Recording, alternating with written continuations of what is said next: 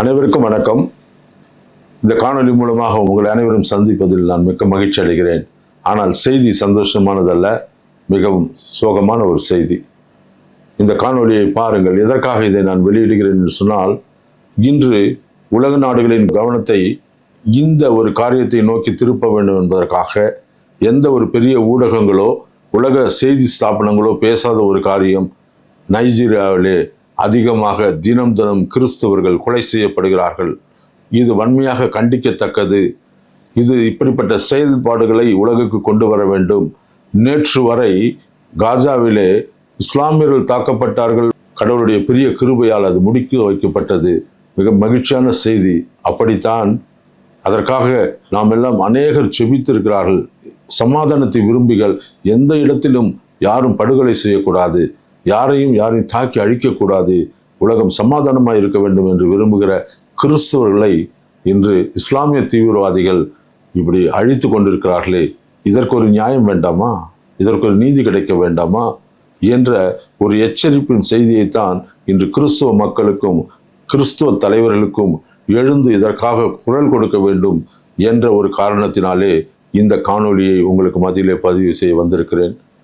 இதை நீங்கள் வேகமாக மற்றவர்களுக்கு பரப்புங்கள், வேகமாக சொல்லுங்கள். நாங்கள் இன்று அநேக பொருட்செலவில் அநேகரை கொண்டு ஒரு மிகப்பெரிய குழுவாக இன்று தமிழக செய்திகளையும் இந்தியாவில் நடக்கிற செய்திகளும் உலக செய்திகளும் தயாரிப்பதற்காக மிகப்பெரிய ஒரு முயற்சியில் ஈடுபட்டிருக்கிறோம்.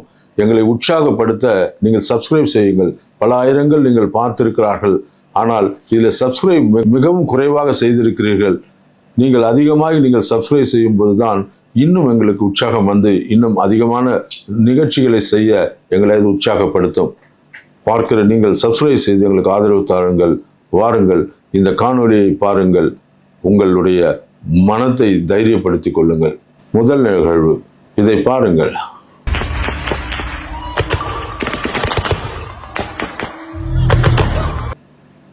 பார்த்தீர்களா? எவ்வளவு பெரிய கொடுமை இது! ஒரு ஆராதனை நடந்து கொண்டிருக்கிற ஒரு திருச்சபைக்கு மத்தியிலே 2-3 பேர் நின்று துப்பாக்கியால் கண்ணை மூடி சுடுகிறார்கள். பல நூற்றுக்கணக்கான கிறிஸ்தவர்கள் 200 பேருக்கு மேல் துப்பாக்கி சூட்டில் அன்று செத்து போனார்கள். எவ்வளவு அநீதி இது! உலகத்திலே சமாதானத்தை விரும்பி கிறிஸ்தவர்கள் சமாதானமாக இருக்க வேண்டும் என்று கிறிஸ்துவத்திலே பல்லாயிரம் மக்கள், பல்லாயிரக்கணக்கான கோடிக்கணக்கான மக்கள் உலகத்தில் சமாதானம் வேண்டும் என்று ஜெபிக்கிற கிறிஸ்துவர்களையே இப்படி படுகொலை செய்கிறார்கள் என்று சொன்னால் நெஞ்சு எப்படி பொறுக்கும்? அடுத்து பாருங்க, இந்த தீவிரவாத இயக்கங்கள் செய்கிற கொடுமைகளை நீங்கள் வரிசையாக பாருங்க. எப்படியெல்லாம் மக்களை கொலை செய்திருக்கிறார்கள், எப்படியெல்லாம் கொன்று போடுகிறார்கள். இப்படி அநேகரை கொலை செய்து கொன்று போட்டு அங்கே இருக்கிற அந்த பிஷப் கூட இதை வன்மையாக கண்டிக்கிறார். ஆனாலும் என்ன செய்வது? உலக நாடுகளிலே செய்தி பரவவில்லை, உலக நாடுகளிலே இது பேசப்படவில்லை, ஐநாவிலே இது ஒரு விவாத பொருளாக எடுத்துக்கொள்ளப்படவில்லை. ஏன் என்றால் கிறிஸ்துவர்கள் இன்று குரல் கொடுக்கவில்லை. பாலஸ்தீனத்துக்கு இஸ்லாமியர்கள் எப்படி கொதித்தெழுந்து இந்தியா முழுதும் உலகம் முழுதும் குரல் கொடுத்தார்களோ அந்த குரல் இன்று நைஜீரியாவுக்காக எழவில்லை.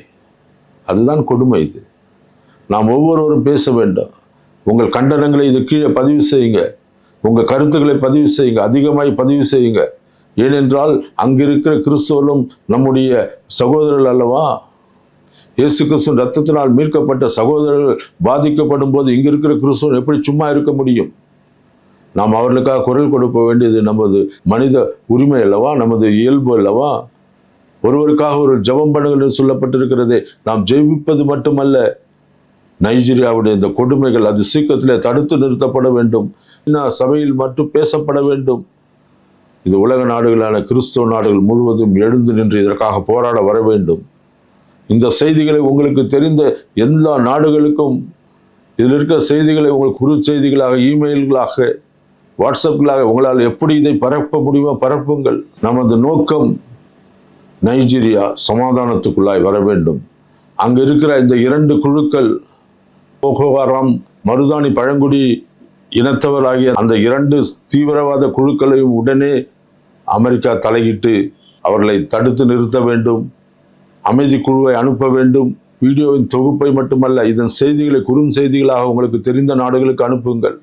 ஐநா சபையிலே இது விவாதிக்கப்பட வேண்டும். அது சீக்கிரத்திலே உலகத்தின் சமாதான படையை நீங்கள் அனுப்பி அங்க இருக்கிற கிறிஸ்துவ சகோதரர்களை பாதுகாக்க வேண்டும். இதுதான் சிறுபான்மை மக்கள் நல கட்சியுடைய கோரிக்கையா இருக்கிறது. இந்த நிகழ்வை பாருங்க. இந்த வீடியோ பார்த்ததிலிருந்து இவ்வளவு காரியம் நடக்கிறது. தேசத்திலே சமாதானத்தை பேசுகிற சமாதானத்தை தூதுவர்கள்லாம் எங்க போனீங்க? எவ்வளவு எவ்வளவு கொடுமையான நிகழ்ச்சி. இதை பார்த்தவங்களுக்கு நெஞ்சு கொதிக்கலையா? அங்கு மடிகிறவன் ஒரு நம்முடைய சகோதரனாகிய கிறிஸ்தவன் என்பதனாலே கிறிஸ்தவ தலைவர் எல்லாம் வாய்மூடியா இருக்கு. இங்க பல கிறிஸ்தவ நாடுகள் ஏன் சும்மா இருக்கிறது? அவர்களெல்லாம் எழுப்பி விடுவது தக்கதாக நாம் எழுந்து செபிக்கிறது மட்டுமல்ல, செயல்பட ஆரம்பிப்போம். இதை உங்களுக்கு தெரிந்த நாடுகளுக்கு இந்த வீடியோ காணொலியை அனுப்புங்க. பலருக்கு பேசுங்க. இந்த நிகழ்ச்சியை குறித்து பேசுங்க. உங்க குறுஞ்செய்தியில பேசுங்க. பல தகவலை அனுப்புங்க. இதுக்கு ஜெப குறிப்பு மட்டுமல்ல, இதற்கான களத்தை நாம் உலகமெங்கும் கொண்டு போய் பரப்ப வேண்டும். நைஜீரியா சமாதானம் அடையும் வரை நாம் விடக்கூடாது. நைஜீரியா இருக்கிற கிறிஸ்தவர்களுக்கு நீதி கிடைக்கிற வரைக்கும் விடக்கூடாது. அங்கு கிறிஸ்தவர்கள் சமாதானமாக நிம்மதியாக வாழ தொடங்கினார்கள் என்று செய்தியை கேட்கிற வரைக்கும் நாம் சும்மா இருக்கக்கூடாது. எழுந்து மிகப்பெரிய காரியம் செய்ய வேண்டி இருக்கிறது. இந்த காரியத்தை நீங்க உன்னிப்பாக கவனிச்சீங்கன்னா, இந்த 2 குழுக்களுமே தீவிரவாத குழுக்கள் என்று ஏன் சொல்கிறேன் என்றால், அவர்களுக்கு எந்த மனிதாபிமானமும் இல்லை. அவர்களுக்கு முதல் எதிரி சமாதானமாக இருப்பவர்கள், நீதியை செய்கிறவர்கள். அவர்கள் வெறும் கிறிஸ்துவர்களை மட்டும்தான் கொலை செய்கிறார் என்று நினைக்காதீர்கள். அங்கு நன்றாக வாழ்கிற அமைதியா இருக்கிற சில முஸ்லீம்களை கூட அவர்கள் கொலை செய்கிறார்கள். அவர்களுக்கு மதம் பெருசு அல்ல, அவர்களுக்கு மதம் பிடித்திருக்கு. அங்கு சமாதானத்துக்கு பேசுகிற பிற மதத்தினரை கூட அவர்கள் கொலை செய்கிறார்கள். அவர்கள் மனித குல எதிரிகள். அவர்களுடைய இந்த நிலை தடுக்கப்பட வேண்டும். நாம் எல்லாம் இதுக்காக, இந்த உரிமைக்காக நாம் குரல் கொடுத்தே ஆக வேண்டும். அவர்கள் அநேக இஸ்லாமியர்களை கொலை செய்திருக்கிறாங்க. அவள் கிறிஸ்தவர்களையும் அங்கு இருக்கிற சமாதானம் விரும்புகிற இஸ்லாமியரும் கொலை செய்திருக்கிறாள். அதான் உண்மை. இந்த 2 குழுக்களையும் கண்டிப்பாக அடக்கி அதை நிறுத்தி தடை செய்யப்பட வேண்டும். அது இதுக்கு மேலே இயங்கக்கூடாது. உலக நாடுகள், கிறிஸ்தவ நாடுகள் நைஜீரியாவுக்கு ஒரு நெருக்கத்தை கொடுக்க வேண்டும். உலகத்தில் இருக்க அந்த அமைதிப்படை நைஜீரியாவுக்கு அனுப்பப்பட வேண்டும். இனி ஒரு கிறிஸ்தவன் கூட அங்கே சாகக்கூடாது என்ற நிலையை ஏற்படுத்த இது உங்களுக்கும் எனக்கும் கொடுக்கப்பட்ட கடமையாக இருக்கிறது.